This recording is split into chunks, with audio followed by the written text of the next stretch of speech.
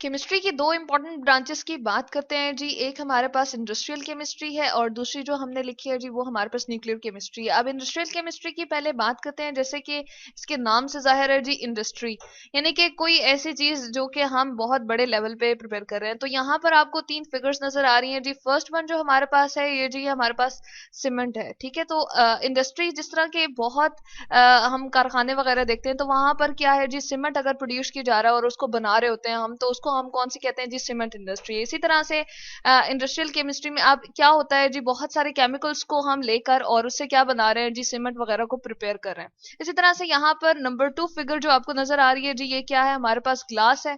और इसको हम क्या कहते हैं, जिस इंडस्ट्री में ग्लास को प्रिपेयर किया जा रहा है उसको हम कहते हैं जी ग्लास इंडस्ट्री। और उसको बहुत बड़े लेवल पे और बहुत बड़ी बड़ी अमाउंट में जो है प्रिपेयर करते हैं। और इसी तरह से ग्लास जो है वो हम विंडोज में और जो हमारे हाउस होल्ड बहुत सारी चीजें होती हैं घर में इस्तेमाल कर रहे होते हैं, वहां पर हम जो है इसको यूज कर रहे होते हैं। इसी तरह से इंडस्ट्रियल केमिस्ट्री के अंदर हम बहुत सारे डिफरेंट केमिकल्स को यूज करते हुए जी क्या बना सकते हैं, ये फोर्थ फिगर में आपको सॉरी थर्ड फिगर में हम देख रहे हैं जी, क्या बना सकते हैं हम, बहुत सारी मेडिसिन वगैरह यूज करते हैं, बनाते हैं और इनको जो है वो आगे हम यूज में लाते हैं, ठीक है। तो ये मेन हमारे पास जो है वो क्या है जी, इंडस्ट्रियल केमिस्ट्री के अंदर इन्वॉल्व हैं और इन्हीं को हम जो है वो प्रिपेयर कर रहे होते हैं। इसके अलावा भी बहुत सारी हमारे पास जो है वो इंडस्ट्रीज होती हैं, जिस तरह के हम कहते हैं फर्टिलाइजर्स वगैरह, और इसी तरह से हम जो है बहुत सारे कास्टिक सोडाज और जो हमारे पास होते हैं जी, बेकिंग सोडा वगैरह जो प्रिपेयर कर रहे होते हैं। अगर इंडस्ट्रियल लेवल पे यानी कि हम डिफरेंट केमिकल्स को यूज करते हुए जो है वो इन चीजों को बनाते हैं, तो उसको हम कहते हैं जी, कौन सी हमारे पास केमिस्ट्री इन्वॉल्व है, इंडस्ट्रियल केमिस्ट्री इन्वॉल्व है। इसके साथ यहाँ पर हमने लिखा हुआ है जी न्यूक्लियर केमिस्ट्री। अब न्यूक्लियर केमिस्ट्री क्या है, जिस तरह के हम एक एटम की बात करते हैं, लेट सपोज हम हाइड्रोजन की बात करते हैं, ठीक है जी। तो हम कहते हैं कि हाइड्रोजन एटम को मैं यहाँ पर H से रिप्रेजेंट करती हूँ, सिंबल हमने लिख दिया है। जिस तरह से अगर लेफ्ट या राइट जाना हो तो हम इस तरह से एरोज से रिप्रेजेंट करते हैं कि यहाँ पर लेफ्ट जाना है या राइट जाना है। तो बिल्कुल इसी तरह से केमिकल्स जो एलिमेंट है हमारे पास केमिस्ट्री के अंदर इन्वॉल्व है, उनको रिप्रेजेंट करने के लिए हमने क्या जी, सिंबल्स जो है वो बना दिए हैं। और ये इन सिंबल्स को हम डिफरेंट अल्फाबेट से शो करते हैं। तो हाइड्रोजन के लिए हमने क्या लिखा है जी, H।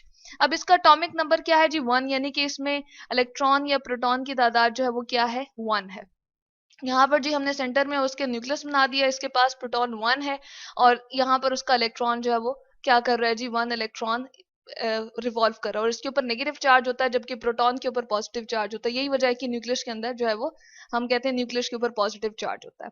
अब न्यूक्लियर केमिस्ट्री, जैसे ही हमने बात की न्यूक्लियर केमिस्ट्री, तो ये हमारे किससे रिलेट करती है जी, न्यूक्लियस से रिलेट करती है। अगर मैं कहूँ कि हाइड्रोजन का जो ये न्यूक्लियस है, इसकी केमिस्ट्री की बात करूँ कि इसको अगर हम तोड़ें या इसके ऊपर अगर हम कोई काम करें, तो उसको हम क्या कहेंगे, न्यूक्लियर केमिस्ट्री कहेंगे। अब इसके अंदर जो बहुत इंपॉर्टेंट फिनोमेना हम लेकर आते हैं न्यूक्लियर केमिस्ट्री के अंदर, वो क्या है जी, रेडियो एक्टिविटी। तो मैं यहाँ पर लिख देती हूँ रेडियो एक्टिविटी, ठीक है।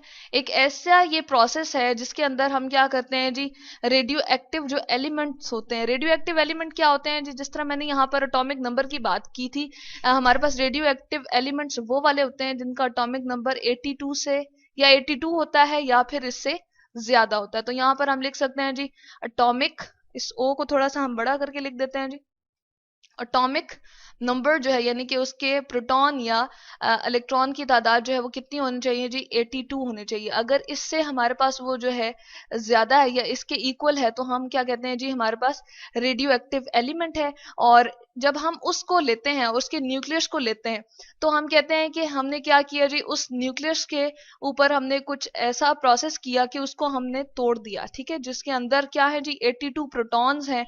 और इसी तरह से हमारे पास उसमें न्यूक्लियस में जो है वो न्यूट्रॉन भी अवेलेबल है। जब हम उसको तोड़ते हैं तो उसमें से क्या हमारे पास निकलता है जी, यहाँ पर हम एक फिगर ले आते हैं, ये जी हमारे पास फिगर। अगर हम उसको ब्रेक करें, तोड़े, तो क्या होगा जी, हमारे पास वो एक तो एनर्जी देगा जो कि आपको यहाँ पर नजर आ रही है, और दूसरा उसमें जो है पार्टिकल बन जाएगा। तो ये जो एनर्जी हमारे पास प्रोड्यूस होती है, जो बनती है जी, इसको फिर हम डिफरेंट कामों के लिए जो है वो इस्तेमाल कर लेते हैं। जैसे आजकल इससे जो है वो इलेक्ट्रिसिटी को प्रोड्यूस करने के लिए बहुत सारी कोशिशें की जा रही हैं। तो हम यहाँ पर लिख सकते हैं कि इसी एनर्जी को यूज करते हुए हम बहुत सारे फायदेमंद प्रोसेस कर सकते हैं, जो कि हमारे लिए क्या है, बहुत अच्छे प्रोसेस हैं। जैसे हम कह सकते हैं कि हम इससे इलेक्ट्रिसिटी की प्रोडक्शन जो है वो इंक्रीज कर सकते हैं, बिजली बना सकते हैं। इसी तरह हम कहते हैं कि ये न्यूक्लियर पावर प्लांट्स होते हैं। तो यहाँ पर हम कह सकते हैं इलेक्ट्रिक सिटी इससे प्रोड्यूस की जा सकती है। इसके अलावा इसके जो है बहुत सारे हम प्रोसेस को यूज कर रहे होते हैं जी। न्यूक्लियर केमिस्ट्री को यूज करते हुए रेडियो थेरेपी की जाती है। ये जो रेस निकलती है, जो एनर्जी होती है जी, उससे रेडियो थेरेपी की जाती है। तो इसको रेडिएशन कहते हैं। क्या कहते हैं जी? इसको एनर्जी को हम रेडिएशन कह सकते हैं।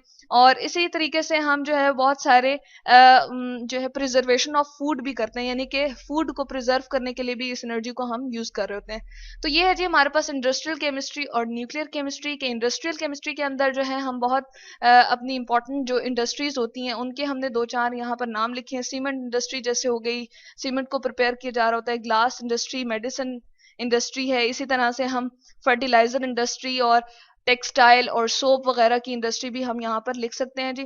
तो ये हमारे पास इंपॉर्टेंट इंडस्ट्रीज हैं जो कि हमारे पास एक लार्ज अमाउंट में इन चीज़ों को प्रोड्यूस कर रहे होते हैं। दूसरी जो हमने बात की न्यूक्लियर केमिस्ट्री की जी, न्यूक्लियस को यूज करते हुए एनर्जी की प्रोडक्शन जो होती है और उस एनर्जी को हम एक यूजफुल वे में एक इस्तेमाल अपने लिए इस्तेमाल करते हैं, तो उसको हम कहते हैं जी हमारे पास ये क्या है? Nuclear chemistry.